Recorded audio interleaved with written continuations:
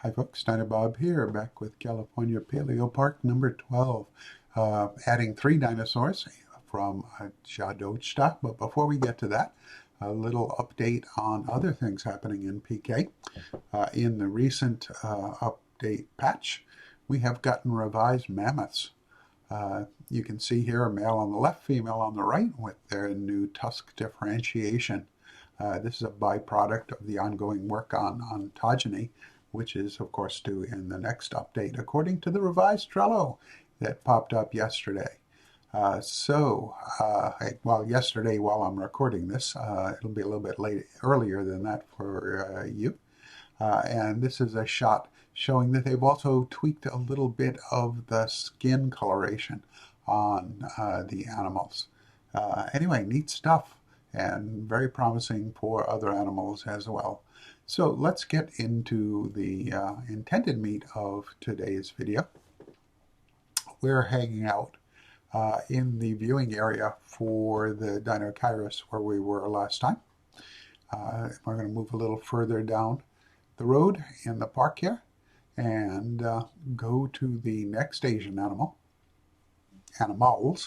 that have gone into the park. You can see the rock structure and the cacti stating a change in the biome for the animals that you're going to be seeing today. So our guests will come into this viewing area. 3 screens, one for each of the animals, of course. And we're going to look over to our right at first. And this is the herbivore portion of the habitat with decals like the Protoceratops. You are getting obscured by the guests on the left. And we need to get in a little closer if they're going to stand in our way. There we go. They're out there somewhere. And we've got a keeper. Not exactly a dinosaur, but the keepers are mostly doing their job, which is good.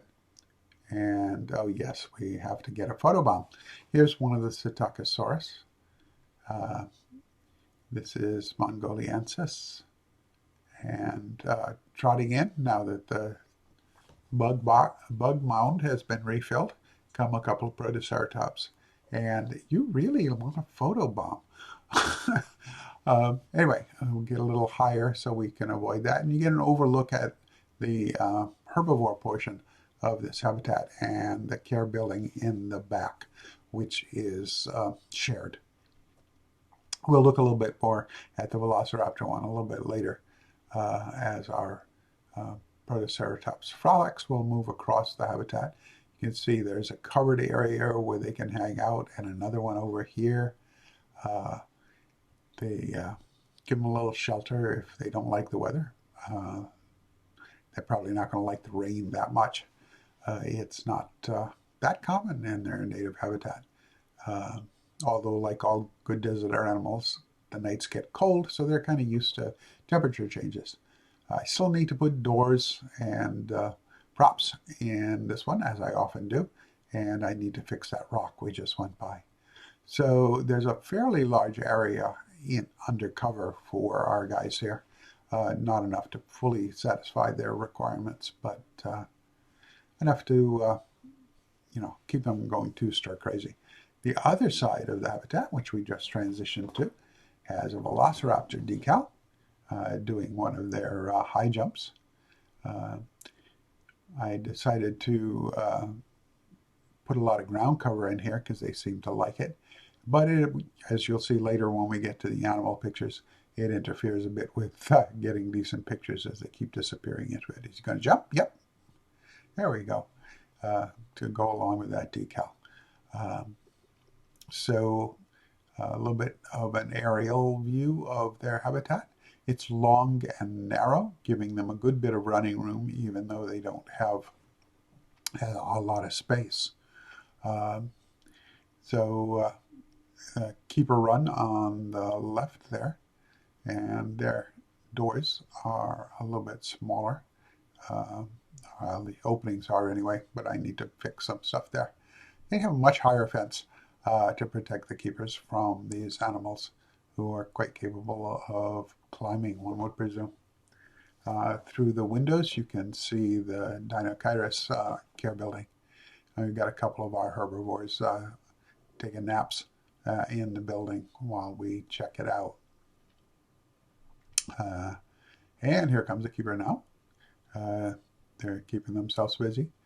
And one of our laborers up there on the walk that runs by the fence on the Dinochirus habitat as a way for the keepers to get in and back to that. Going up for the aerial, you can see how the animals share upcoming habitat on the left, but that's not for today. Anyway, it's not a tremendously exciting exhibit. It doesn't have the usual building I often make for these guys, just to be a little bit different. Anyway, so it's animal time and transition nighttime as well. So if you've seen the new Trello, you see there's been a major revision in the devs' plans for when they're doing what. And our next update will not be social animals, as I talked a little bit about in the last video, and rumors of Gallimimus and its potential coming, and it would have been in that habitat. Nigel, go away. We're looking at animals today. Anyway, the next update is going to be ontogeny. It also looks like animal life cycles, which will include death.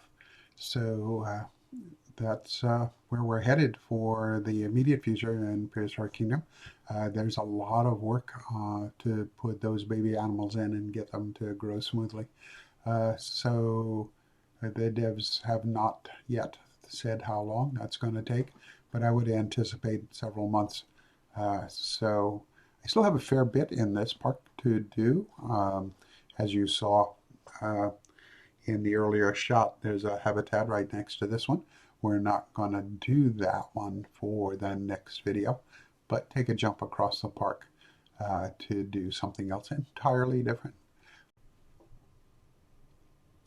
So you guys know the drill about YouTube, and likes and comments help with the algorithm and get more eyes on it. People get to see what I'm doing here, and that's always encouraging for me. If you haven't subscribed already, please do.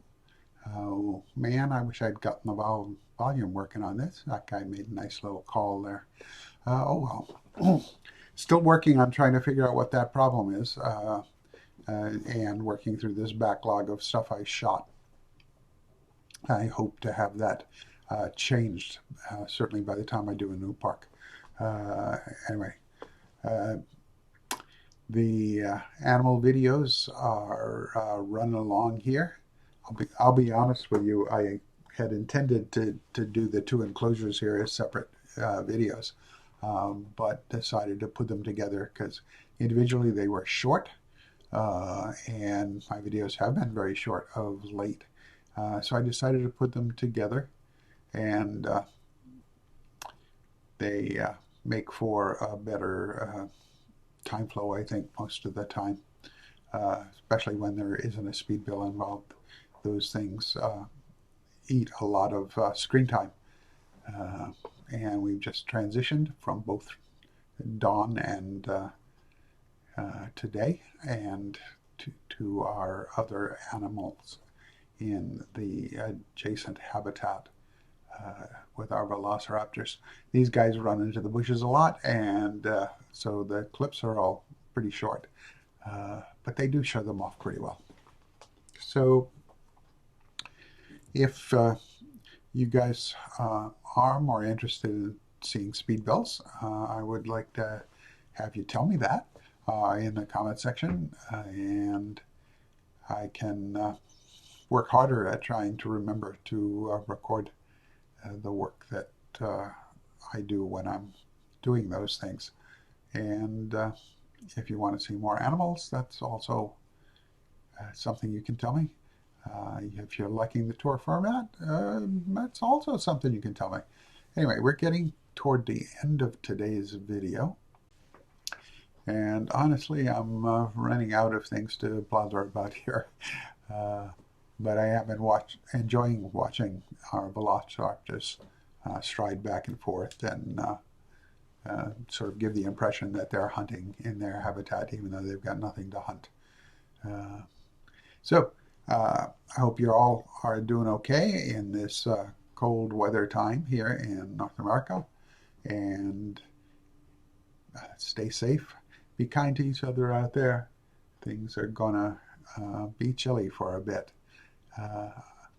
Thanks for stopping by. This is Dino Bob, and I'll see you in another video next week. And till then, take care. Bye now.